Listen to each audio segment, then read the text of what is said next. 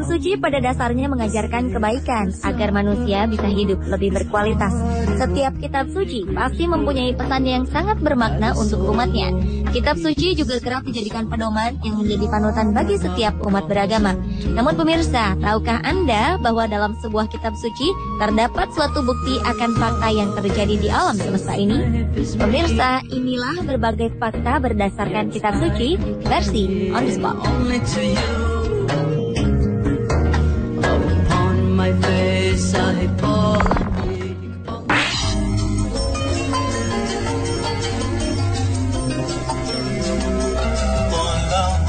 Diawali dengan kobaran api di dalam laut.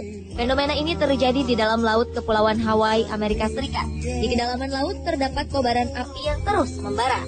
Api ini berasal dari retaknya dasar laut yang mengeluarkan lava bersuhu sangat tinggi. Kobaran lava ini menyebabkan air di lautan menjadi mendidih hingga suhunya melebihi 1000 derajat Celcius.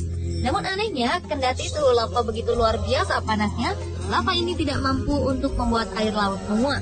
Begitupun sebaliknya, kendati air laut begitu berlimpah, namun tidak juga bisa memadamkan kobaran api di dasar laut ini.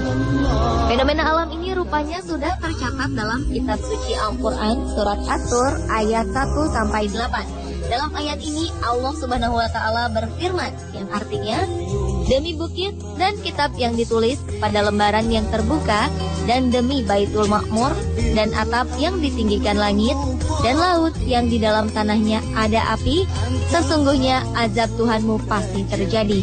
Tidak seorang pun yang dapat menolaknya.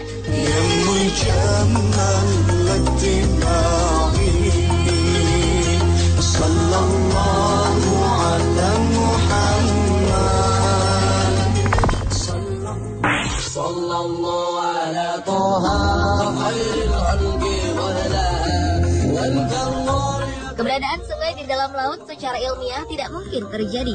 Tetapi sebuah fenomena keberadaan sungai di dasar laut ditemukan di sebuah dasar laut Cenote Angelita, Meksiko.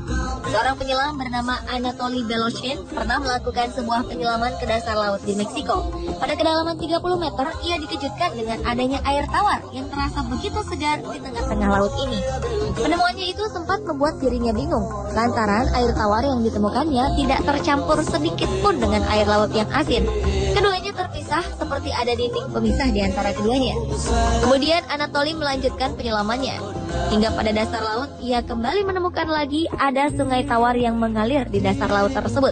Dan lagi-lagi sungai tawar ini tidak bercampur dengan air laut.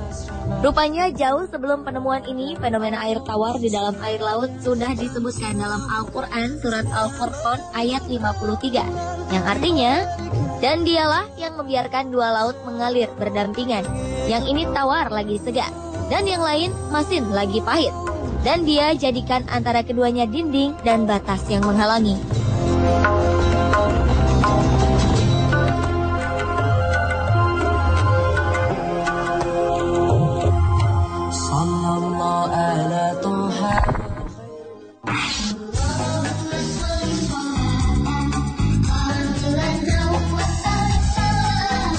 Berikutnya adalah fakta tentang sedikitnya kadar oksigen pada suatu ketinggian. Ini terbukti jika udara yang kita hirup di bumi ini memiliki kadar oksigen yang begitu tinggi sehingga membuat manusia dapat bernafas dengan lega. Hal ini akan berbanding terbalik ketika kita menaiki sebuah gunung yang begitu tinggi. Kadar oksigen yang tersedia semakin sedikit untuk bisa kita hirup.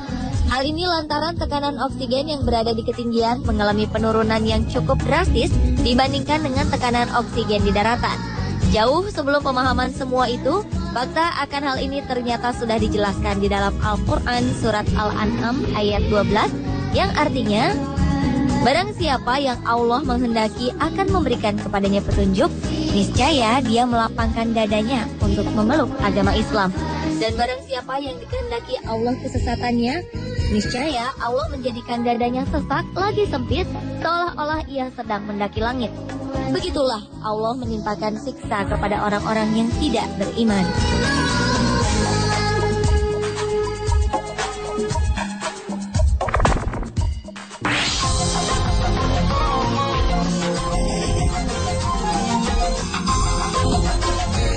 Selanjutnya adalah fakta mengenai sebagai dua lautan yang tak menyatu. Ilmu pengetahuan modern telah mengungkapkan bahwa ada tempat-tempat di mana dua lautan yang berlainan bertemu. Anehnya, ada batas di antara keduanya. Batas ini membagi kedua lautan sehingga setiap bagian memiliki suhu dan kadar garam yang berbeda. Salah satu fenomena alam aneh ini terdapat di Selat Gibraltar. Pertemuan antara Laut Mediterania dan Samudra Atlantik menciptakan sebuah garis batas yang memisahkan keduanya. Hal ini membuat sebagian laut berwarna biru gelap dan bagian lainnya nampak lebih terang. Ternyata dalam Al-Quran, dua laut yang terpisah ini juga telah dijelaskan dalam surah Ar-Rahman ayat 19 hingga 20 yang berbunyi, Dia membiarkan dua laut mengalir yang kemudian keduanya bertemu. Di antara keduanya ada batas yang tidak dilampaui oleh masing-masing.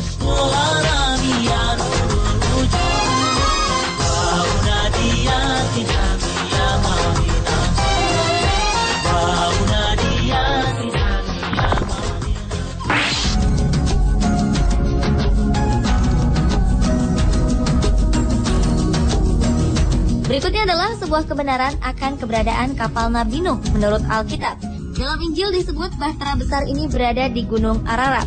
Sejumlah ahli berpendapat gunung ini berada di wilayah Armenia dan selatan Turki. Dan rasa penasaran para ahli sejarah ini terjawab sudah. Pada bulan April 2010 lalu, sekelompok peneliti dari Cina yang tergabung dalam Noah's Ark Ministries International mengumumkan mereka berhasil menemukan sisa-sisa bahtera Nabi Nuh yang berada di ketinggian 4.000 meter di Gunung Agri atau Gunung Ararat di Turki Timur. Para peneliti ini pun berhasil masuk ke dalam bahtera ini dan mengambil foto dari beberapa spesimen. Spesimen yang mereka ambil berusia 4.800 tahun dan sangat cocok dengan apa yang digambarkan dalam sejarah. Para peneliti yang berjumlah 15 orang ini juga memamerkan sejumlah fosil bahtera yang diduga berasal dari bahtera Nabi Nuh seperti tambang, paku, dan pecahan kayu.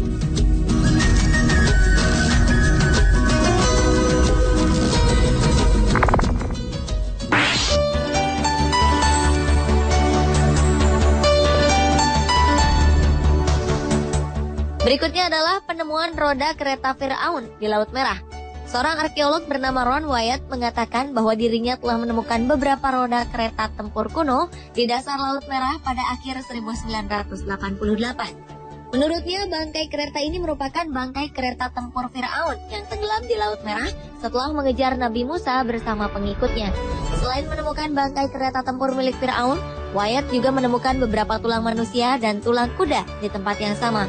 Temuan-temuan ini tentunya semakin memperkuat bahwa sisa-sisa tulang itu merupakan bagian dari kerangka pasukan Firaun yang tenggelam di Laut Merah. Bukti kebenaran penemuan ini semakin diperjelas setelah dilakukan pengujian terhadap beberapa sisa tulang belulang penemuan ini di University Stockholm. Hasil pengujian mengatakan bahwa struktur dan kandungan dalam sisa tulang ini telah berusia sekitar 3.500 tahun. Di mana menurut sejarah, kejadian pengejaran Firaun terhadap Musa di Laut Merah juga terjadi dalam kurun waktu yang sama.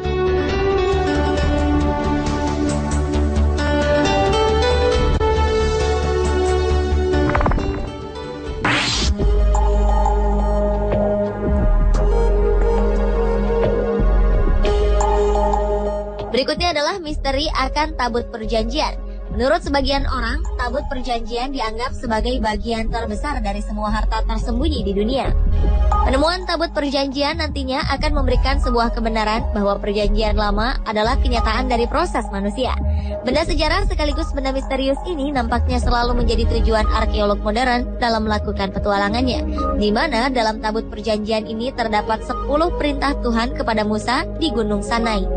Perjanjian ini ditulis di atas sebuah lempengan batu di gunung tersebut.